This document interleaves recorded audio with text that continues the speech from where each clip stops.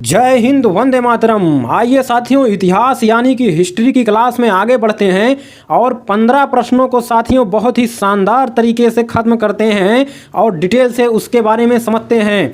तो साथियों, एक एक प्रश्न आपके लिए काफ़ी महत्वपूर्ण है आपकी परीक्षा के लिए, तो एक भी प्रश्न मिस मत करिएगा। पिछली वीडियोज में हमने 15-15 की सीरीज में साथियों 45 प्रश्नों को देख लिया है, उसका लिंक नीचे डिस्क्रिप्शन में है, वहाँ से जाकर उन प्रश्नों को जरूर देखिएगा। इस सीरीज से साथियों आपकी परीक्षा में काफ़ी अच्छे प्रश्न फंसने वाले हैं। तो आज की वीडियो में चलिए आगे बढ़ते हैं और शुरुआत करते हैं पहले प्रश्न की। वियना सम्मेलन कब हुआ था? तो साथियों, वियना सम्मेलन, पहले तो आप ये बताइए कि वियना किस राष्ट्र की राजधानी है? तो आपका साथियों उत्तर हो जाएगा ऑस्ट्रिया की राजधानी क्या है? ऑस्ट्रिया की राजधानी वियना है। तो वहीं पर एक सम्मेलन हुआ था साथियों, बहुत ही प्रसिद्ध। वो कब हुआ था साथियों? आपका उत्तर सही हो जाएगा 1815 ईस्वी में, यानी कि ऑप्शन सी आपका बिल्कुल सही जवाब हो जाएगा। साथियों, ये सम्मेलन कैसा हुआ था? यूरोपीय देशों के राजदूतों का सम्मेलन ये हुआ था। क्यों हुआ था साथियों? नेपोलियन बोनापार्ट को साथियों वाटरलू की पराजय के बाद साथियों उसको सेंट हेलेना द्वीप पर भेज दिया गया और इसीलिए नेपोलियन बोनापार्ट के लिए ही यह सम्मेलन हुआ था यूरोपीय देशों के राजदूतों का। और जो साथियों वियना राजधानी है किसकी है? ऑस्ट्रिया की। तो आपका तीसरा ऑप्शन बिल्कुल सही हो जाएगा। तो वीडियो कैसा लगेगा नीचे कमेंट करके ज़रूर बताइएगा और पिछली वीडियो जाकर जरूर देखिएगा। इसका मैंने एक प्लेलिस्ट भी बना दिया है। तो साथियों, चैनल पर नए हैं तो सब्सक्राइब करना ना भूलिएगा और वीडियो को लाइक कर दीजिए, क्योंकि हम आपके लिए ऐसे ही बेहतरीन शानदार क्लास लेकर आते रहते हैं। तो चलिए अगला प्रश्न देखते हैं। किस देश को यूरोप का मरीज कहा जाता है? जी हाँ देश साथियों, यूरोप का मरीज किस देश को कहा जाता है, ये आपका प्रश्न है। तो साथियों आपका उत्तर सही हो जाएगा तुर्की को। ठीक है, किसको?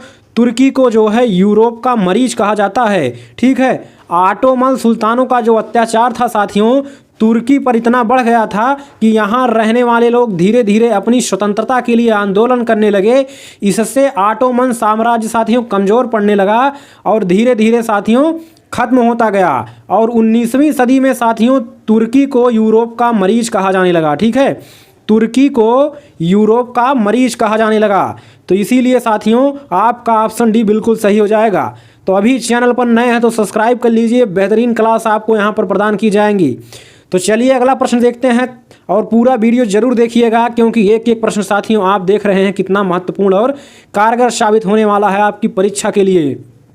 तो चलिए अब बिना एक भी बकवास किए तेजी के साथ सभी प्रश्नों को खत्म करते हैं। अगला प्रश्न है, जर्मनी का एकीकरण कब पूरा हुआ? तो जर्मनी का एकीकरण साथियों आपका उत्तर सही हो जाएगा। ठीक है, कब हुआ था? 1871 ईस्वी में। ऑप्शन डी बिल्कुल सही जवाब हो जाएगा। जर्मनी साथियों विभाजित था कई राज्यों में, कई टुकड़ों में। तो साथियों उसका एकीकरण साथियों 1871 ईस्वी में हो गया था। अगला प्रश्न देखते हैं साथियों, एक्ट ऑफ यूनियन किस वर्ष पारित हुआ? तो एक्ट ऑफ यूनियन की बात कर रहा है तो साथियों उत्तर सही हो जाएगा ऑप्शन सी, यानी कि 1707 ईस्वी में एक्ट ऑफ यूनियन पारित हुआ था। तो आपका उत्तर सही हो जाएगा सी। तो साथियों पूरा वीडियो देखकर जरूर जाइएगा। माँ बाप के सपने और अपने सपने को पूरा करना चाहते हैं तो क्लास से जुड़े रहिए। अगला है साथियों, बोल्शेविक क्रांति कब हुई? ठीक है, बोल्शेविक क्रांति कब हुई साथियों? तो आपका सही उत्तर हो जाएगा 1917 ईस्वी में। ऑप्शन भी बिल्कुल सही हो जाएगा। बोल्शेविक क्रांति साथियों कहाँ पर हुई थी? रूस में हुई थी। ठीक है, बोल्शेविक नामक राजनीतिक समूह ने इस क्रांति में महत्वपूर्ण भूमिका निभाई थी, इसलिए इस क्रांति को साथियों बोल्शेविक क्रांति भी कहा जाता है। और अगर प्रश्न आ जाता है कि बोल्शेविक क्रांति कहाँ पर हुई, तो रूस में हुई 1917 में। ठीक है, चलिए अगला प्रश्न देखते हैं। नई आर्थिक नीति NEP, ठीक है, तो क्या हो जाएगा साथियों? नई आर्थिक नीति NEP का जन्मदाता था। तो इसका सही उत्तर हो जाएगा आपका ऑप्शन सी, लेनिन।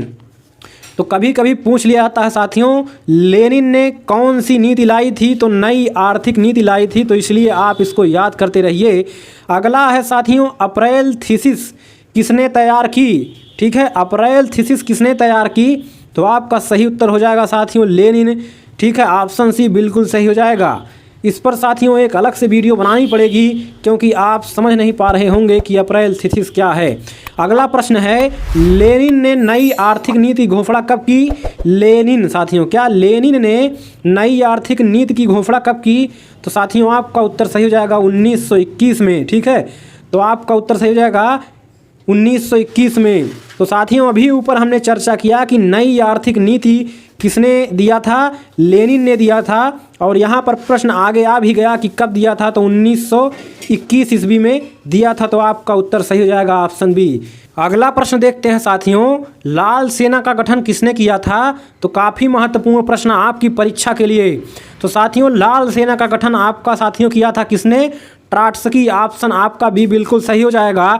लियोन ट्राट्स्की इसका नाम था। और ये साथियों लाल सेना जो है वो श्रमिक किसानों का एक समूह था और ये संगठन बनाया गया था श्रमिक किसानों द्वारा। तो ये आपका उत्तर सही हो जाएगा कि लाल सेना का गठन साथियों आपका लियोन ट्राट्स्की ने किया था, ट्राट्स्की ने। ठीक है, तो चलिए आगे बढ़ते हैं साथियों। भारत में अंग्रेजी शिक्षा की शुरुआत किसने की थी? तो भारत में अंग्रेजी शिक्षा की शुरुआत साथियों किसने की? आपका उत्तर सही हो जाएगा मैकाले। ठीक है, आपका साथियों उत्तर सही हो जाएगा मैकाले ने की थी। तो जो भारत में अंग्रेजी शिक्षा की शुरुआत मैकाले द्वारा किया गया था। अगला प्रश्न है, राजा राम मोहन राय को सरोकार नहीं था। ठीक है, यानी कि राजा राम मोहन राय को कौन सी चीज़ का मान्य नहीं था, अर्थात किसको वो स्वीकार नहीं कर रहे थे? तो आपका क्या साथियों सती प्रथा? नहीं साथियों, उन्होंने सती प्रथा की समाप्ति का जो है साथियों समर्थन किया था, विधवा पुनर्विवाह का भी समर्थन किया था। ठीक है, लेकिन वो साथियों जो शिक्षा थी वो चाहते थे कि हिंदी में दी जाए, इसलिए ऑप्शन आपका सी बिल्कुल सही जवाब हो जाएगा।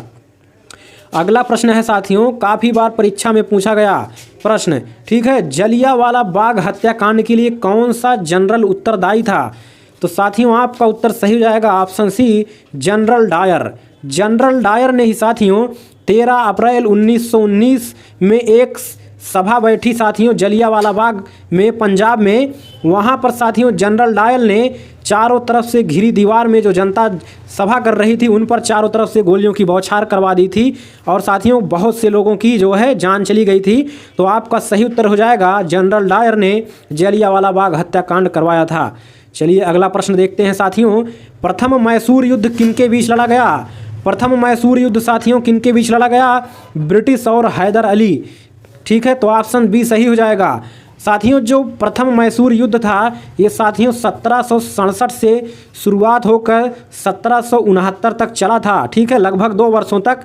और जो साथियों वर्तमान में कर्नाटक है वो पूर्व में क्या था? मैसूर नाम से था। और वहीं पर अंग्रेज़ों और हैदर अली के बीच युद्ध हुआ था और उसका कारण साथियों अंग्रेज ही थे, क्योंकि उनकी जो आक्रामक नीतियाँ थी उन्हीं के चलते युद्ध हुआ और प्रथम मैसूर युद्ध के नाम से प्रसिद्ध हुआ। ठीक है, तो इसका सन याद कर लीजिए 1767 से 1769 तक चला था।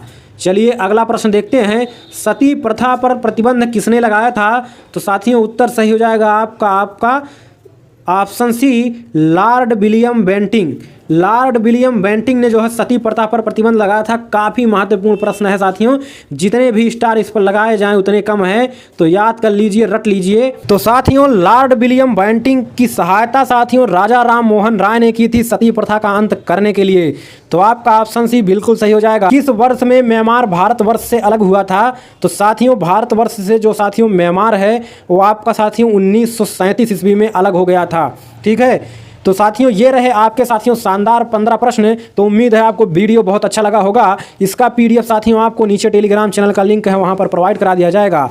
तो चैनल को सब्सक्राइब कर लीजिए और बेहतरीन क्लास देखने के लिए आप हमारे चैनल के प्लेलिस्ट में भी जाइए। तो अगली वीडियो में मुलाकात होगा, तब तक के लिए नमस्कार, जय हिंद, वंदे मातरम।